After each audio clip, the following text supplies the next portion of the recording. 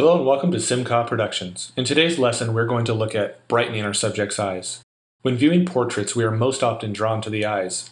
This technique is a nice way to bring those features out. My first step is to duplicate my layer. I then come over and grab my dodge tool, set my brush hardness to 0, range to midtones, and exposure to around 30%. Let's zoom in on our subject's eyes. I'm going to adjust my brush size with my bracket keys.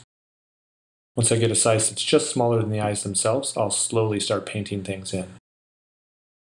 Now the nice thing about using an exposure of 30% is it allows me to slowly build the effect up.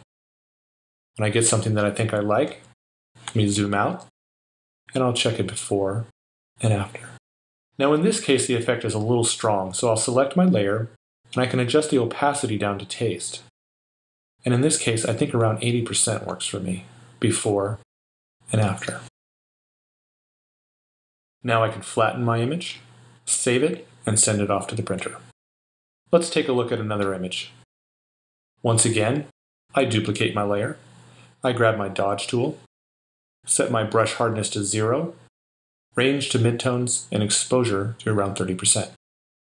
Let's zoom in on the subject, adjust my brush size with my bracket keys, and start painting. Once I get something I like, I'll take a before and after look, before and after. And once again, this is a little strong, so I'll select my layer and adjust my opacity down to taste. In this case, I think about 90% works for me. That looks good. Let's flatten our image, save it, and send it off to the printer. I hope this has been helpful, and we'll see you next time.